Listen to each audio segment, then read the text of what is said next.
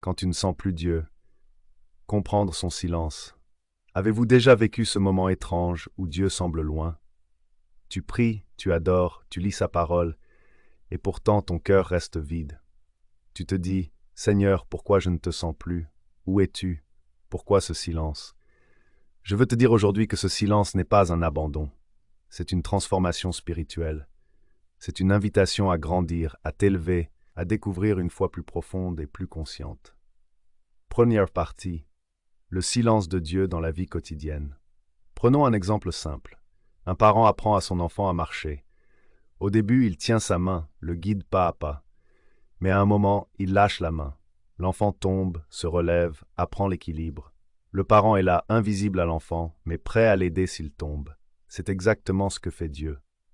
Quand tu ne le sens plus, ce n'est pas qu'il s'est éloigné, c'est qu'il veut que tu marches par la foi. Tu n'es plus un bébé spirituel qui dépend des frissons ou des émotions. Tu deviens un adulte spirituel capable de tenir debout seul. Autre exemple, le professeur qui se tait pendant un examen. Il observe. Il veut voir ce que tu as retenu. Dieu agit de la même façon dans ton silence. Il teste ta foi, il affine ton caractère, il prépare ton cœur à recevoir quelque chose de plus grand. Job 23, vers 8 et 10. Je vais en avant et n'y ai pas, en arrière je ne le vois pas. Mais il sait quelle voie j'ai suivie.